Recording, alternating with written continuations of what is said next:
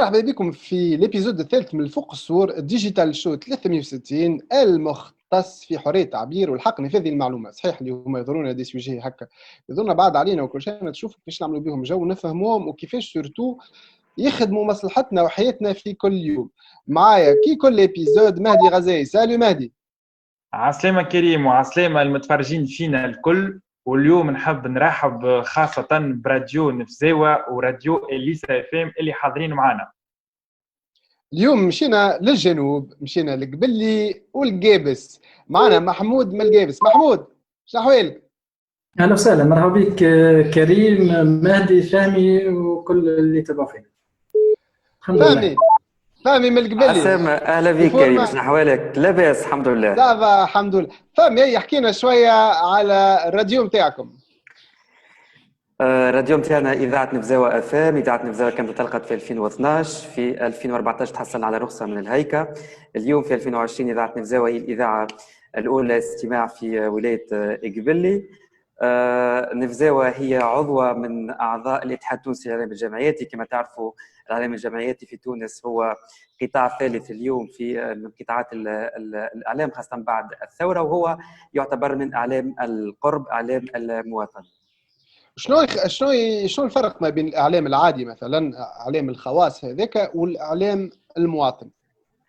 هو الإعلام أعلام، ولكن الإعلام المواطن هو يكون أقرب إلى المواطن ويتعامل بشكل يومي، يعني مع خاصة مع الفئات الضعيفة، الأقليات، مع الحاجات أو الحاجيات اليومية للمواطن اللي يعانيها كما الفلاحة، الصحة، الاقتصاد، الحاجات البسيطة. معناها في بعض الأحيان بالإذاعات الكبيرة وإلا المؤسسات الكبيرة يشوفوا بعض الأخبار يعني مش مهمة وإلا ما تتبعش، ولكن الإعلام المواطن، إعلام القرب، يتبع كل شيء، خاصة الحاجات اللصيقة بالمواطن.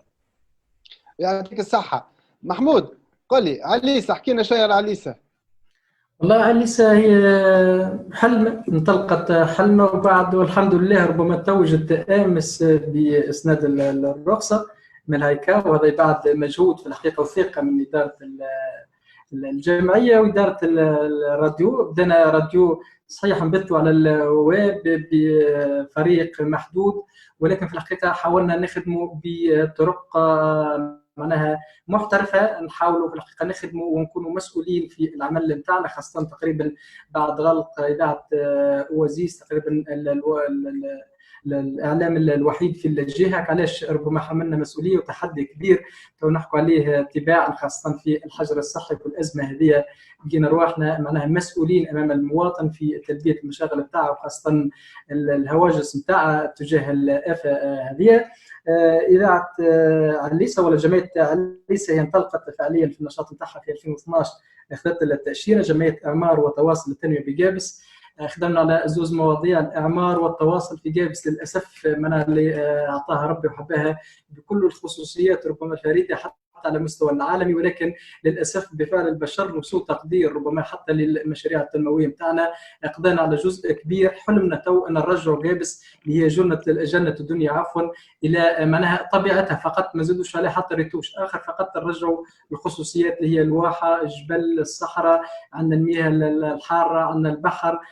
تقريبا هذه كلها معلومات مهمه. كما قلنا التواصل عندنا اشكال صحيح، ما نجموش وتعرفوا حتى في الجانب الرياضي معناها جار المنزل ربما خصوصيات ربما فرقتنا للامانه، خلينا نقول، وما خلتناش نتوحدوا في ملفات كبرى في قابس على غير الملف البيئي اللي هو معضله كبيره في قابس. وتعرفوا المسؤوليه المجتمعيه علاش التو رغم الاقتراحات نقل وحدات المجمع الكيميائي في منطقه صناعيه تكون طبقا للمواصفات العالميه في الحفاظ على البيئه، ولكن للاسف التو معناها ما لقيناش الطريق الصحيح والمقبوليه المجتمعيه، نتيجه كل طرف معناها يحاول معناها يدافع على الجهه نتاعك. علاش نحبوا التواصل، نحبوا ان نقولوا راهو مصلحه قابسي في وحدتنا جميعا. تقريبا بايجاز هذه فكره على الجمعيه وعلى عليسة.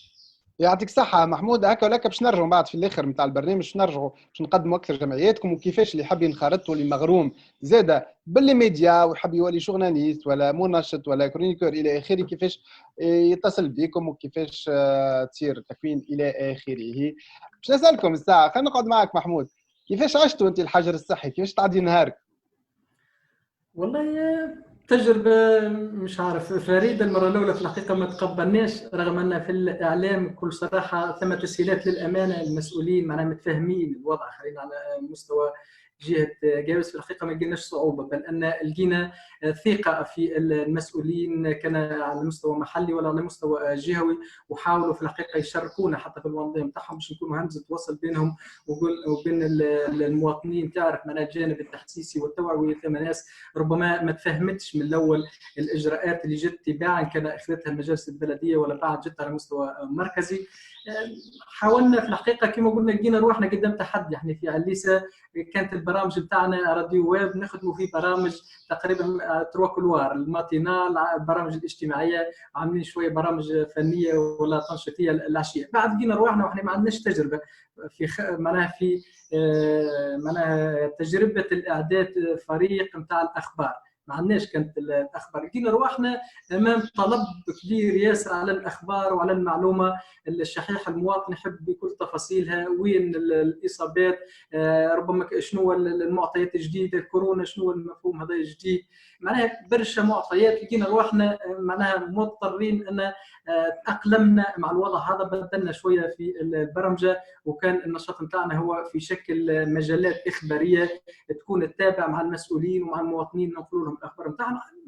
لازم همزه تواصل ما بين المواطن والمسؤول. ان شاء الله نكونوا وفقنا. على كل حال اجتهدنا، الامكانيات محدوده، تعرف جابس بالشاسعه نتاعها جغرافيا، معتمدياتها الكل معناها بدي طلب وكل واحد عنده الحق، ما نجموش ربما باش نرجعوهم نحاولوا نوفروا لهم المعلومه وتكون المعلومه معناها باقصى سرعه، وفي نفس الوقت معناها نتحروا المصداقيه. ان شاء الله نكونوا اجتهدنا. كما قلنا هي تجربه استثنائيه اكيد تعلمنا منها للتقييم التجربه هذه. يعطيكم الصحة. اي وفوق باللي فهم يحكي لنا شنو الجو الغادي في الحجر. كاش باش نحكي لك يا كريم، انا الحقيقه فرحت في البدايه بالحجر الصحي، لانه قلت فرصه باش نرتاح وفرصه باش ناخذ نفس بعد فتره كبيره معناها من التنقلات والخدمه معناتها التريبل نتاع خدمه. للاسف في الحجر الصحي بما انه اغلب الزملاء معناها اضطروا الى اضطرار واجباري الى انهم يبقوا في ديارهم معناها ما يجيش للخدمه، دونك رصت لي نعوض فيهم، ورصت لي معناها بدات الخدمه اضعاف الاضعاف اللي كنت نخدم فيه قبل. ما كانتش صعيبه معناها فما صعوبه هكا جديده في وقت الحجر الخدمه؟ فما صعوبه لانه احنا كنا نخدموا فريق نتاع 25 شخص في الاذاعه، دونك بقينا جوست 6 اشخاص معناها عمل صباحي ومسائي. بل حتى البرمجه معناها قبل كانت برمجه عاديه، تو برمجه استثنائيه يخدم يعني من الصباح لليل بث مباشر واستثنائي، دونك ولت الخدمه اضعاف الخدمه كنا نخدموا فيها قبل. هذا بالاضافه لانه احنا إذاعة نفزاوة دخلنا في شراكة مع اليونسكو ومع جمعية سدرة في الجزائر وجمعية راديو كاش في المغرب وراديو مونتي كارلو في فرنسا.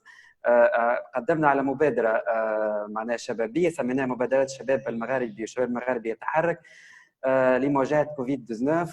كنا معناتها حبينا من خلال المبادرة هذه نخدم على 5 معناتها محاور كبيرة، من بينهم التعليم عن بعد والتعليم في تونس، من بينهم الثقافة، البحث العلمي، برشا مواضيع أخرى معناتها حبينا نخدموا عليها.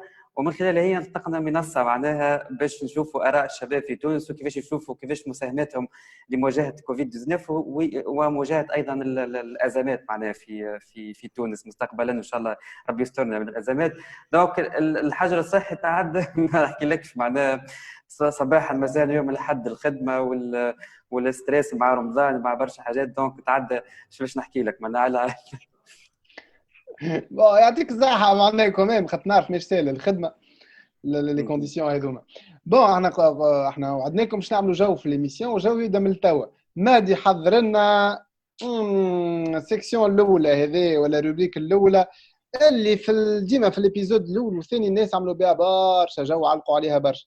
مادي ايش حضرت لنا اليوم؟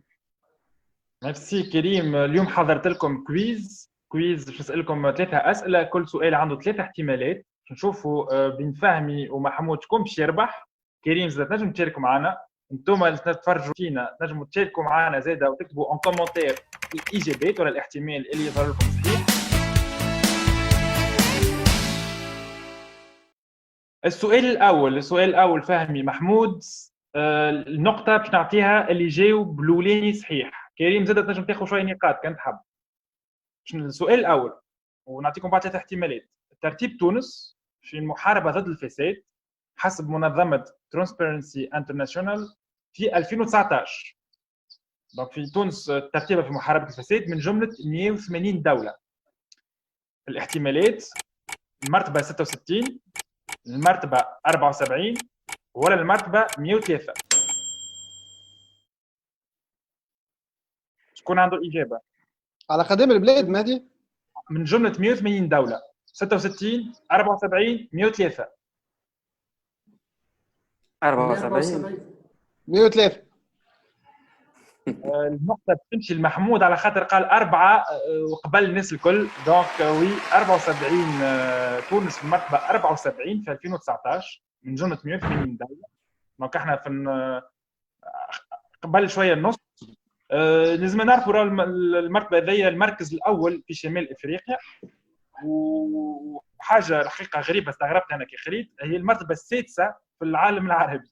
كان المرتبه السادسه في العالم العربي اللي نلقاو قبلنا الامارات مرتبه 21، قطر، العربيه السعوديه، عمان والاردن. تونس في 2018 كانت في المرتبه 73، دونك وخرنا بمرتبه في عام. وهذا اللي جينا للسؤال الثاني. السؤال الثاني دونك توا محمود 1 فهمي 0. فهمي تنجم ترجع النقطه نتاعك. تفرجوا فينا اون كومنتير. ترتيب تونس في المحاربه ضد الفساد من نفس المنظمه في 2010.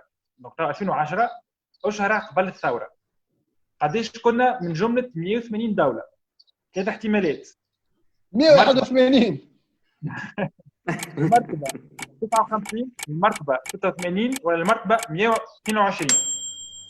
122 المفروض. محمود شاطر. محمود يسجل الهدف الثاني. في الثاني. يسر يا محمود. عام في 2010 تونس كانت في المرتبه 59، ونذكروا اللي في 2019 في المرتبه 74. وهذا معناتها انا نحب نسالكم مش حسب رايكم كيفاش نجموا نفسروا المرتبه هذه المتقدمه في 2010 ايامات معناتها اشهر قبل الثوره. هل هذا كريم ومحمود وفهمي عنده علاقه بالشفافيه بالحق نفاذ المعلومه؟ هل توا ولينا عندنا دي دوني جدد نجم نرتبوا بهم رواحنا اكثر من قبل؟ هل كان الغموض في 2010 هو اللي خلينا نكونوا في مراتب متقدمه نوعا ما؟ هو سؤالك فيه الإجابة مهدي. أنا حسب رأيي النفاذ للمعلومة والعمل نتاع الجمعيات، أنت تعرف تو الجمعيات في تونس تقريبا تضاعف على العدد نتاعها والنشاط نتاعها، وخاصة الجمعيات الناشطة في مجال معناها النفاذ للمعلومة ومكافحة الفساد ومكافحة معناها التهريب والتهرب الضريبي. وبالتالي أنا حسب رأيي معناتها تضاعف عدد الجمعيات والناشطين في المجال هذا هو اللي خلى معناها الصحيح يبان اكثر من قبل. وحريه الاعلام زاد ما نساوش، على خاطر قبل حتى كي يصير اكسيدون مترو انت تراه قدامك وما تعديش في الخباء. اذا نحكيو على الاكسيدون مترو معناها اصلا بلد الامن والامان ما يصير شيء في البلاد كان. ويمكن هذايا دونك يفسر المراتب المتقدمه من بلدان عربيه اخرى اللي هما معناتها يفوتوا حتى فرنسا ويفوتوا امريكا. به دونك توا فهمي محمود 2 فهمي 0. ما تنجم تماركي مازلت نقطه ما يسالش انا النقاط باش نهديهم لمحمود بمناسبه تحصلهم على الاجازه البارح.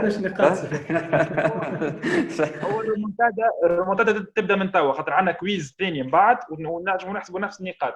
دونك هكا فهمي الريمونتادا تبدا من توا. السؤال الثالث: قديش من ملف فساد وقع احالته من الهيئه مكافحه الفساد دونك للوك، قديش من ملف فساد وقع احالته الى القضاء في 2018؟ ثلاث احتمالات: 650 حاله، 1190 حاله، ولا 3400 حاله. قداش من ملف وقع احالته الى القضاء؟ 650 ها؟ محمود تقول والله يقول 600 الاحتمال الثاني نقول اقرب. معناتها 1190 حاله. مرة هذه فهمي هو عنده الإجابة الصحيحة. دونك في واحد ريمونتادا بدات توا. في 2018 الهيئة لمكافحة الفساد معناها وقع إحالة 650 ملف للقضاء، وإلى حدود 15 أكتوبر 2019 كان 22 حالة صدر فيها حكم. معناتها 3% من الملفات الكل وقع فيهم حكم في أكثر من عام. باهي يا جماعه، طلبنا منكم في الروبريك هذه اسمها فري ستايل. فري ستايل معناها تعملوا فيها اللي تحبوا، كل راديو من كل ولايه فريمون تعمل اللي تحب، ما غير حتى كي تشارج، ما غير حتى شيء. ترى نمشيو لقبلي. شنو عملتونا في قبلي؟ في قبل أنا حبيت نحكي على حاجة مهمة معناها في قبلي وفي تونس. والناس الكل كي تقول قبلي أكيد تعرفوا أن ولاية قبلي هي رقم واحد في الإنتاج في دقلة النور. ولاية قبلي هي تمثل 75% من إنتاج في تونس ككل من دقلة النور، وللأسف تصدر تقريبا في حدود 17% من التصدير اللي هو خارج من ولايه قبل. يعني حبيت نحكي على الموضوع هذا لان الموضوع هذا يشغل اولا المواطن، ويشغل تقريبا تونس الكل، لانه هو كما تعرفوا دقله النور هي رقم 2 للخزينه في ميزانيه تونس معناها ككل. دونك اليوم كيف نتحدثوا على التمور وكيف نتحدثوا على دقلة النور في تونس، نتحدثوا في قبلي نتحدثوا على هشاشة الوضع الفلاحي في ولاية قبلي. نتحدثوا على انه 99% من المواطنين المتساكنين في ولاية قبلي هم معناها يمتلكوا، هم فلاحين ويمتلكوا الاسواني الغابات اللي هي تجيب دقلة النور. الدقله هذه الدقله اللي هي معناها للاسف باقيه مهمشه في ولايه قبلي، والدوله في حد ذاتها ما حبتش تعترف بحاجه مهمه اللي هي تقريبا ما يفوق ال 50% من المساحات المستغله واللي تنتج في دقله جيده من النور. الدوله التونسيه ماهيش معترفه بها على الورق، يعني التسويه نتاع الغابات هذه لم يقع تسويتها وما حبتش تعترف به، ولكن تعترف الدولة بالمردود نتاع المساحات هذه من دقلة نور. يعني كيف نجي نمشي أنا للوزارة باش نطلب قرض ولا باش نطلب حاجة، يقولوا لي أنت ماكش مسجل يعني في الوزارة، ما عندكش، ماهيش قانونية المساحة نتاعك، ولكن الوزارة تحسب عدد العراجيل اللي تجيبها المساحات هذيك الغير قانونية. هذه من المفارقات معناها نتاع الدوله. الحاجه اثنين، اليوم كيف نتحدثوا على معناتها ولايه تنتج 75% من دقله النور، الولايه هذه ما فيهاش حتى حاجه اللي تنجم معناتها تساهم في دعم الفلاح باش ينتج وباش ينجم يروج للمنتوج نتاعه كما يلزم. اليوم ما فماش مثلا ديوان وطني للتمور، ما فماش مجمع وطني، وفما مجمع اللي هو تم احداثه مؤخرا لكن موجود في ولايه توزر، وهو بين توزر وقبل. تم قرار احداث الديوان الوطني للتمور في 2015، لكن لليوم فقط قرار ما تم فيه حتى شيء. التمور هذه واللي هي كما تعرفوا تبدا معناها من مارس، وهي موسم الذكار، وما قبل مارس هو في جانفي وفيفري هو تقليب التراب نتاع والتربه نتاع الغابه. في مارس فما الذكار، في مارس وفيفري ذكار، في ماي فما تعديل، في جوان فما كيف التعديل، في جويليا يبدا التجريد ويبدا تغليف النخله. المراحل هذه الكل للاسف غير مدعمه من الدوله، والفلاح معناها تلقاه وحده يعمل في هذا الكل ويحاول انه يتصرف بالامكانيات الخاصه نتاعو. دونك علاش حبيت نحكي على الموضوع هذا؟ حبيت نحكي على الموضوع هذا لانه هو من المواضيع اللي تنجم تحرك ولايه كامله، اللي تنجم تدعم التنميه في ولايه قبلي ككل، لانه اليوم فما نعرف نشوف بعض الاجتهادات الصغيره من منطقه لمنطقه في معناتها انهم يحاولوا كيفاش يعملوا الكوميرسياليزاسيون تاع البرودوي هذا، تبقى اجتهادات معناها محتشمه صغيره، لانه اليوم كيف نتحدثوا على التمور راهي فما برشا مساحات وفما برشا اسواق كبيره تنجم تكون هي قابله للتمور هذه، وتنجم هي تكون اسواق جديده بعد تهتم بالتمور بالدقله التونسيه في دقله تونسيه. فما دعوه المره اللي فاتت تقدموا بها مجموعه من الفلاحه ومجموعه المهتمين بالشارع الفلاحي والمنتجي التمور في ولايه قبلي، هي في شكل مزحه. قالوا الرئيس قيس سعيد كان معناها ياخذ في يستورد في المساعدات الصحيه لتونس من الصين، علاش ما بعثش طياره ولا زوز دقله من تونس للصين، وبالتالي هكا بالتالي الصين اوتوماتيكمون باش تفكر انها تكون عندها معناها سوق جديده وتاخذ معناها تاخذنا كسوق جديده. فكره هايله على الاخر، فكره هايله على الاخر، وخاصه اللي انا تو عديت شهرين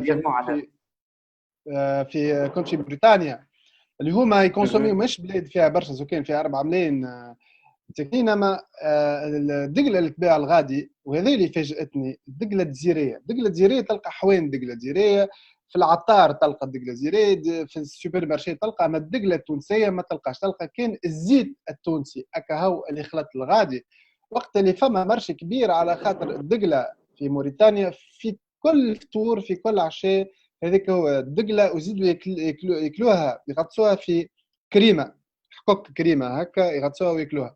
جربت معاهم ياسر بدينا الحكايه هذه. فهمي قبل ما نحرقوا الفيلم كل خلينا نتفرجوا في الفيديو. المطلب تاع ديوان التمور هذا مطلب هام وباش يقوم تعديل خاصة الأسواق.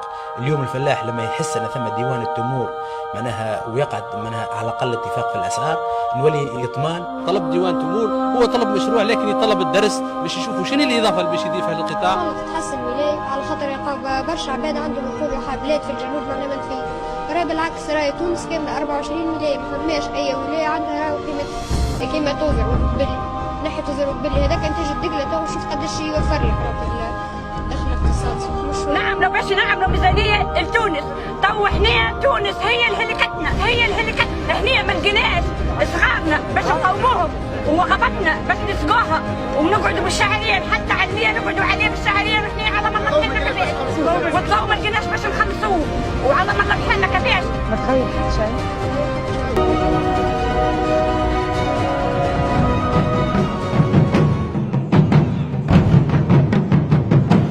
لا تتنمق ثاني يعطيك الصحة في الفيديو هذايا، وراديو نبزاوي زاد يعطيكم الصحة الكل في الخدمة هذه، على خاطر شفتوا عادة الروبورتاج هذوما ما نلقاهمش برشا في الإعلام اللي نعرفوه اللي نتفرجوا فيه في التلفزيون والراديوات كل هكا. عليه يظهر زاد مهم باش نعملوا منتوج، نوع المنتوج، وخاصة الإذاعة والإعلام المواطن اللي هو يخدم على لي سوجي كما قلت لنا أنت من الأول اللي ما يوصلوش بطريقة أخرى.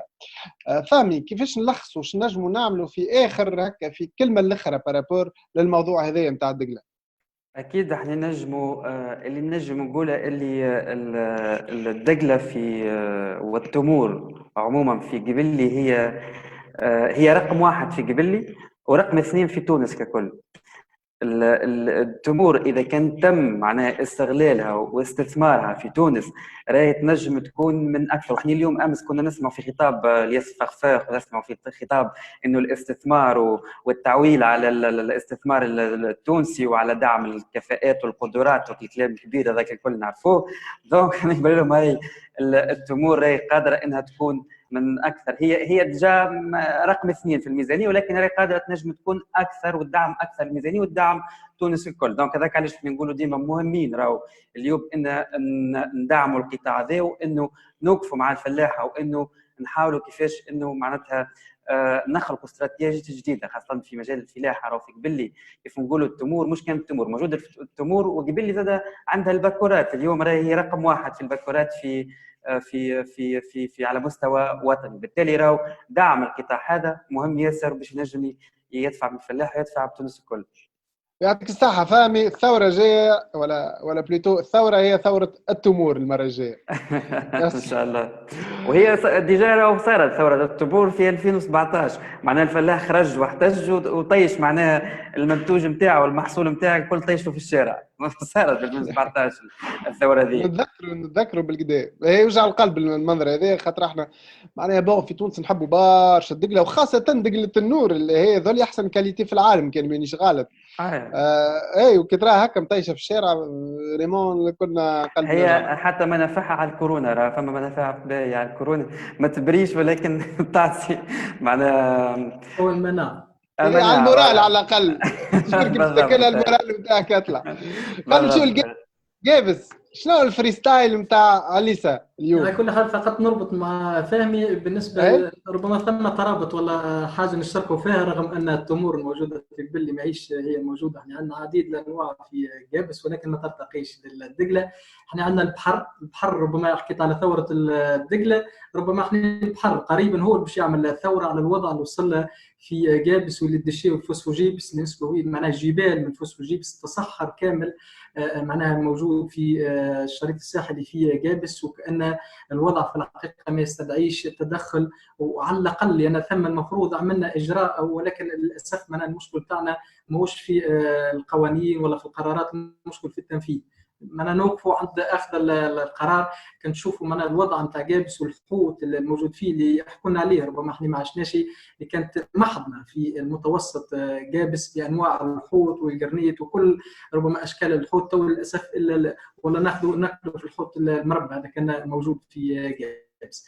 على كل حال في العمل اللي اخترناه بايجاز تقريبا اقل من دقيقه، حبينا صحيح يعني عندنا مفارقه، عندنا مكونات ربما مقومات السياحيه الطبيعيه كان من البحر ولا من المياه الاستشفائيه وكذلك الجبال مطماطه، المتحف العسكري مارت، واكيد معناها عديد الخصوصيات والواحه ما درك من الواحة، وكلها في الحقيقة تصرخ ولا معناها تنزف تو في الوضع نتاعها. ولكن هذا ما ينفيش أن ما زالت الصورة جميلة، ما زالت برشا خصوصيات نجم تشد السائح باش يجي لجابس المعروفة بالحنة بالرمان بالبحر نتاعها، وطول كذلك الشريط الساحلي نتاعها بجبال مطماطة والمناطق والقرى الجبلية في الحقيقة الرائعة والفريدة.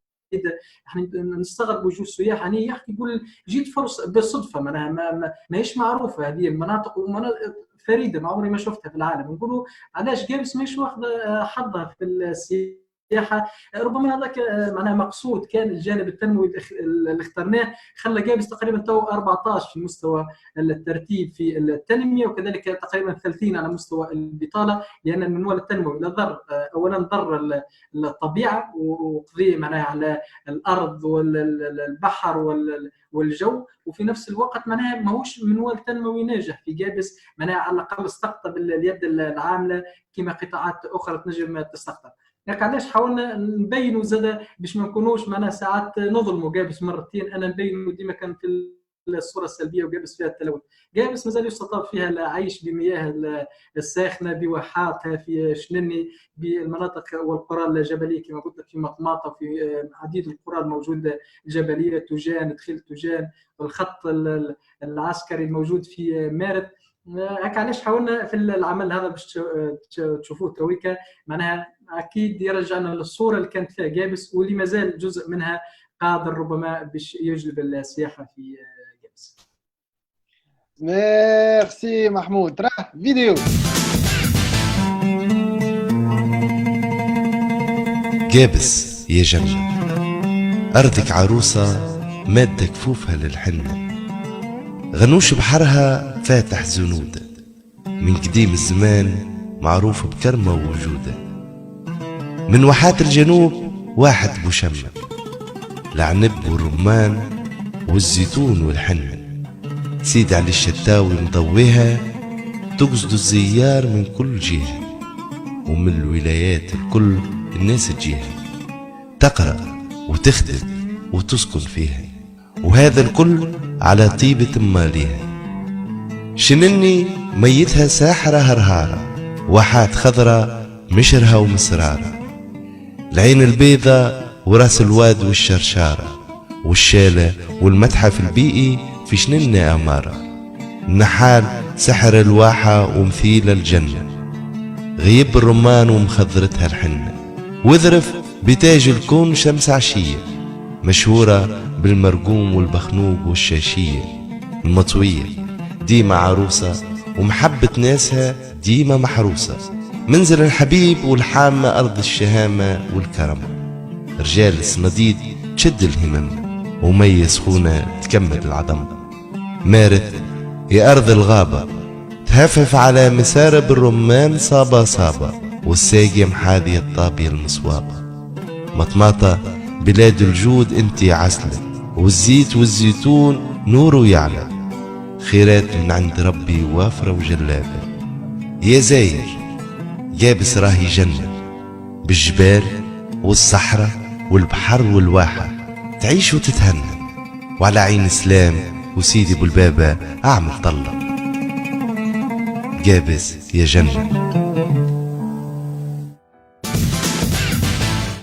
بون انا لي فيديو هذوما يعجبوني برشا خاطر مغروم برشا بتوجان. قلت لك انا مشيت لتوجان في ديسمبر اللي فات وسكنت في دار محفوره في الجبل وعديت معناها عرفت مع صاحبي بشير الغادي هو اللي عنده الدار هذه اللي مع العائله نتاعو عمل لنا الفطور الصباح الرفيسه والجو هذاك الكل. كان كما تعرفوش توجان ما تفلتوهاش، فما توجان ومش بعيد على توجان فما تمازرت اللي مزيانه برشا، وقبل شويه فما زمور وقصر حلوف اللي هما زاد لازمكم تشوفوهم خاطر القصور معناها نتاع الجنوب من الازين ما تنجم تراه تو سامبلومون في البلاد لا اكثر ولا اقل. اما احنا وعدكم باش نعملوا برشا جو، ويمكن توا الريمونتادا يمكن جابس ترجع تعمل ريمونتادا على قبلي في الشامبيونا نتاع الكويز. نادي اش حضرت لنا في الكويز الجاي؟ كويز هذايا فهمي ومحمود يحكيوا على لي زانفو لي زانتوكس. بكريكا فهمي عطانا انتوكس كورونا على فاس التمر اللي نجم يداوي الكورونا. هذوما برشا خرجوا منهم دي زانتوكس وين في تونس وفي العالم، وانا باش نقول لكم ثلاثه حاجات وانتم تقولوا لي انفو ولا انتوكس. كريم جو تنجم تشارك معنا واللي يتفرجوا فينا كيف كيف انفو انتوكس في لي كومونتير ونشوفوا شكون يربح.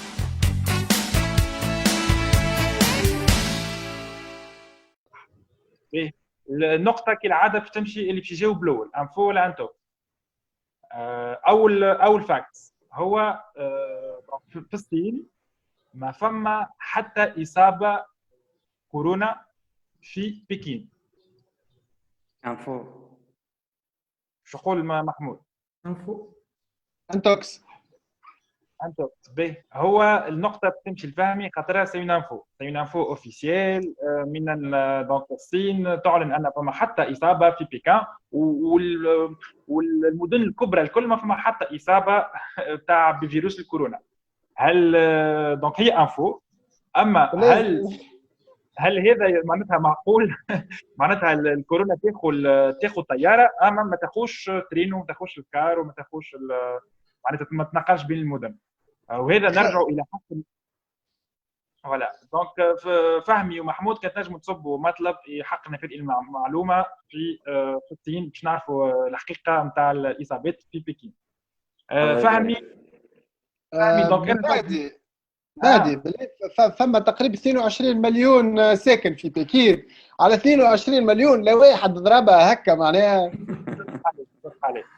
معقول نجم يكون ما فقوش بيه وما ليه هما يعملوا في برشا دي تيست ان توكا حسب الديكلاراسيون تاعهم. دونك توا فهمي عدل النتيجه. انا باش نكمل نحسب بنفس الحساب تاع بكريكا. دونك توا 2-2 شكون باش يربح؟ نشوفوا الفاكس الثاني. فما خلطه متكونه من سيترون جينجومبر فلفل اكحل وعسل يعاون على المناعه ضد الكورونا. انفو انتوكس. بون هي نقول لك انا مش نقول انفو علاش؟ على خاطر بصفه عامه الزنجبيل والقارص يعاونوا على المناعه خاطر فما فيتامين سي وكل شيء، المناعه ضد كل شيء نورمالمون. ما اعتمدوهاش هو ينجم يكون اما ماهيش معناتها حاجه ضد الفيروس كورونا بالضبط. والنقطه باش نمشي للزوز 3-3 على خاطر زوز كلامته في نفس الوقت. اما راهو هذيا الحكايه علاش انا عجبتها لكم. فما نائبه في مجلس النواب الشعب الفنزويلي في 27 فيفري 2020 دونك في وسط مجلس النواب قالت اللي راهو الخلطه هذيا سيترون جنجامبر فلفل اكحل وعسل نجموا نقاوموا بها الكورونا واللي هي تعمل فيها معناها الكوميون نتاعها الجهه نتاعها الكل يعملوا فيها، واتهمت الفيروس انه نوع من السلاح البيولوجي لغايات سياسيه. معناتها كوم كوا حتى نواب في العالم ينجموا يكونوا ان فيكول للزانتوكس هذوما، ومش كان وسائل اعلام ومش كان حتى وسائل اعلام صغيره يلوجوا على الباب. عندها معمل سيترونات هذه تلقاها. والله نمشوا للدقله خير سمعت. الدقله قدمتوا الدقله وزيت زيتون خير. خرجوا الزانتوكس نتاع الدقله وزيت زيتون احنا. تو الفاكس الثالث هو اللي باش يربح يا محمود يا فهمي.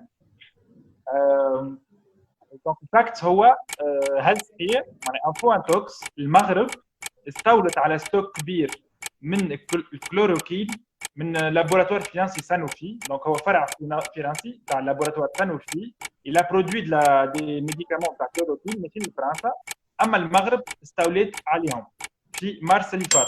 انفو انتوكس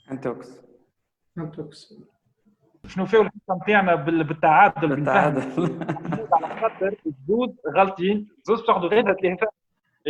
هي انفورماسيون صحيحه، شفنا برشا فما برشا صاروا حاجات معناها استولوا على دي ستوك تاع دي ماسك نتاع كلوروكين في العالم. نذكروا بامريكا خذت ان ستوك تاع ماسك على فرنسا في مارس اللي فات. فرنسا هي بيدها خذت ستوك تاع ماسكوات كان مشي للسويد، واول وحده بدات بتشيكيا كي استولت على ستوك جاي من الصين، عمل ترانزيت في تشيكيا كان مشي لايطاليا، خليوا الستوك نتاعهم عندهم. وهذه هي يعني الكوبيراسيون انترناسيونال في وقت الشده.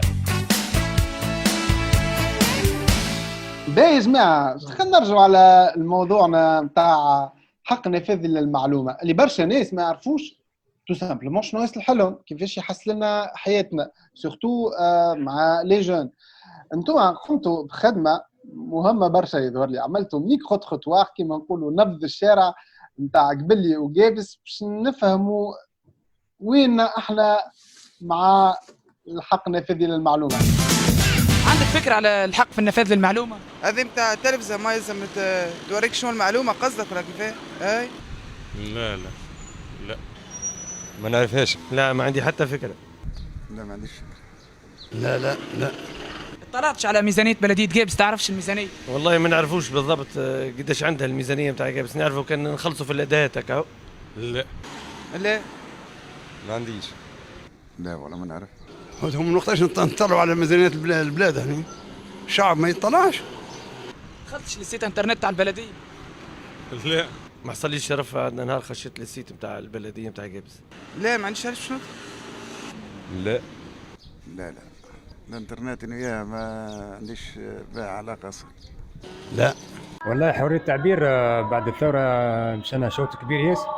لا حريه نفاذ المعلومه في الاداره ناقص، معناتها تمشي باش تاخذ معلومه تتعطل شوي.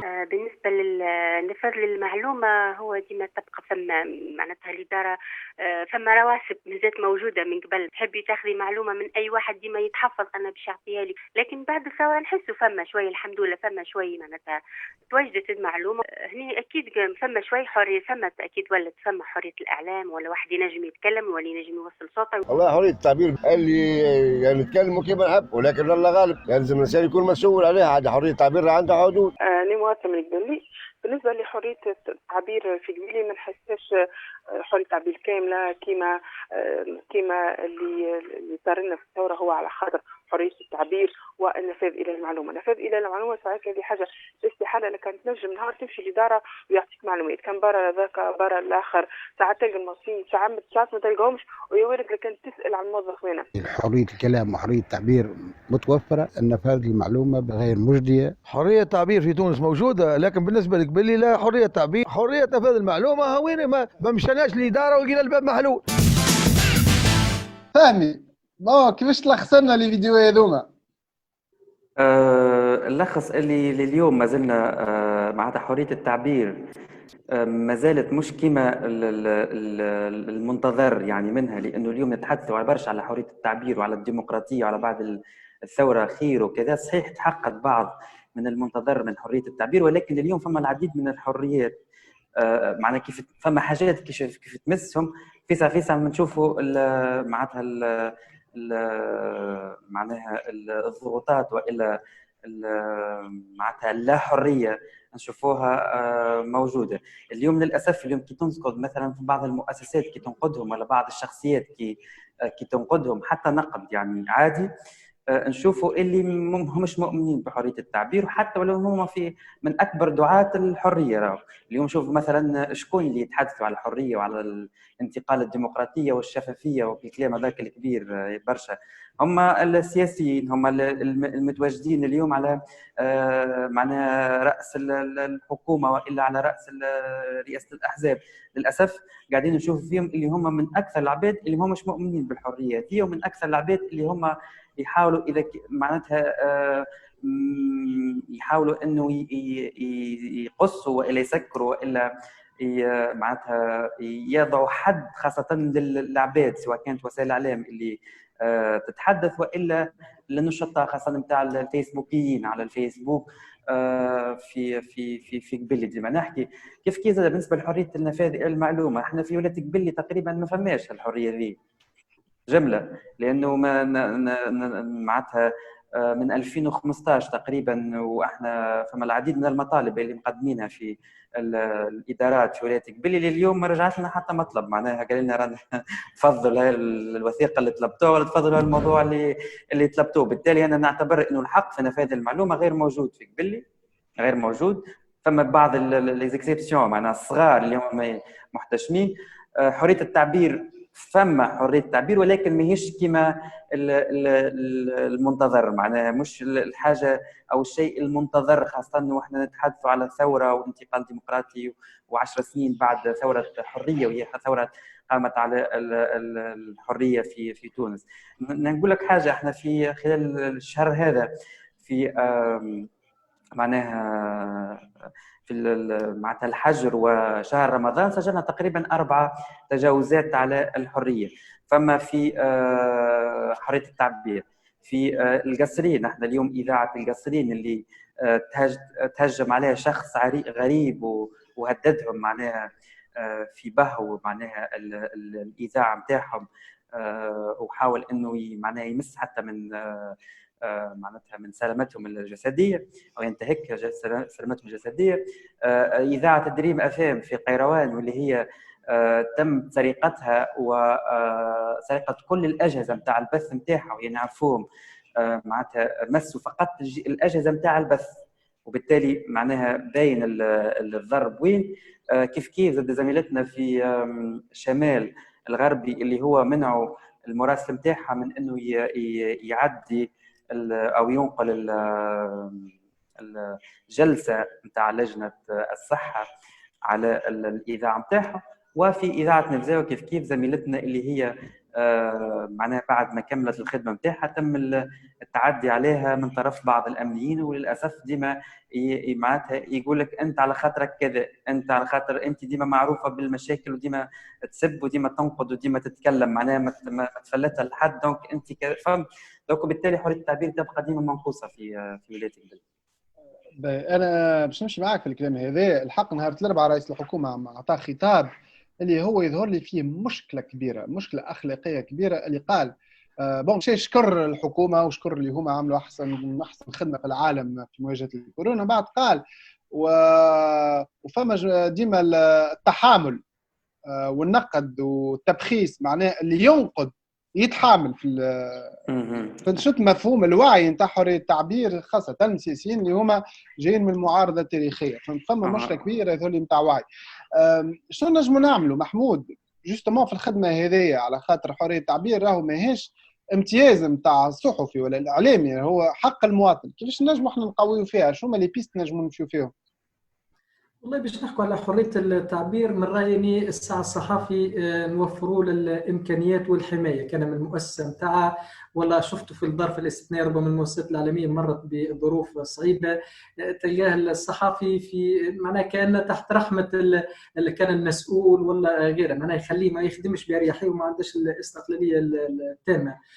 في نفس الوقت هو مش بالوعي كما قلنا، كما حكي سي فهمي، معناها حريه التعبير المفروض ربما كان نستثنوا منها الظرف الاستثنائي، لان بكل صراحه احنا بيدنا لقينا رواحنا امام ظرف اننا في حرب، ما يلزمناش ما بين ظفرين نمسوا المعنويات، وان نحاول ربما ناجلوا شويه التقييم ولا النقد، ولا معناها نحاول نمشوا في السونس بوزيتيف ان نرفع المعنويات ان صح التعبير، حتى كان ثم تقصير من بعض المؤسسات وخاصه في القطاع الصحي. بكل صراحة هي معركة معناها ما زالت متواصلة، حرية التعبير ما هيش مضمونة يعني لحد اللحظة. ثم عديد النقائص شفتوا معناها حتى في الجانب السياسي، ثم ناس تحب ترجع بطرق أو أخرى معناها إلى الوراء بينا، وتحب ديما تطوع مؤسسات الإعلامية، ولا تحب تميع الموضوع أن زاد نفتحوه للناس الكل دون رقابة، زاد ما تكونش ثم ضوابط وما ثمش هيئة تعديلية. على كل حال الموضوع هو مازال نقول في الخطوات الأولى، يلزم الناس الكل تلتف خاصة أهل الاختصاص أنهم في الحقيقة يكونوا يقظين لحماية حرية التعبير في تونس. يعطيكم الصحة. فهمي يقول لي كان فما شكون هكا شاب ولا شابة مغروم في قبلي وحب يدخل يولي يعمل راديو معاكم، كيفاش ينجم يعمل؟ شنو البروسيدي؟ احنا في الإذاعة تقريبا كل شهرين نعملوا فورماسيون متاع معناها للشباب وللناس المغرومة واللي تحب تلتحق معناها بالستاف متاع الإذاعة.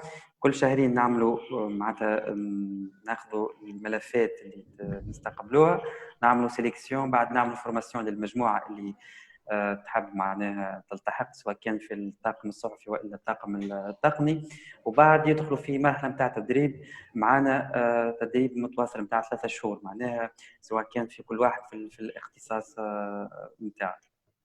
عندكم برشا مطالب نتصور؟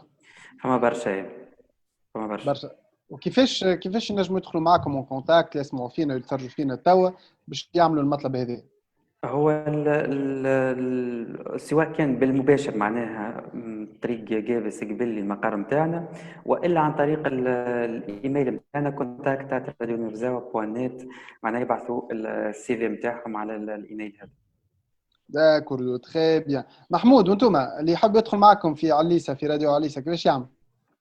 والله حقيقة أنا حاجة ربما نثرناه في عليسة اللي هي معناها الحمد لله عندنا تو ناس تكونوا معنا لهنا ونشطوا معنا موجودين، مش باش نسمي المؤسسات الإعلامية الخاصة خاصة وحتى الوطنية، معنا شكون تو في الوطنية تكونوا والبداية نتاعهم كانت لهنا، وهذه حاجة مهمة جدا لأن زاد ثم تحس ثم في الحقيقة ثم فقر خلينا نقولوا للتكوين والأبجديات الصحفية ولا حتى كإعلامي. بكل صراحة سهل ياسر في عليسة، احنا ربما محظوظين خاطر زاد مديرة عليسة هي عندها مركز للتكوين، وعندنا خرج زاد في التنشيط الهني التنشيط الإذاعي، ربما هذه مباشرة معناها التكوين نتاعها، والواحد في الراديو عندنا تقريبا تو ينشطوا الى جانب ان نسبه كبيره. احنا كنا في اذاعه تو ما عادش موجوده، اذاعه وزيز تقريبا كنا موجودين في عليسه نسبه كبيره باش ما نقولش الكل، بقيه التكنيسيانات والواحد كلهم تكونوا في عليسه. للبارح ثم شكون اتصل بينا واقترح برنامج في الحقيقه مباشره نقول جيب لنا الفكره الكونسيبت مكتوب، ولكن معناها شفنا ان ثم حماس وثم غرام وثم في الحقيقه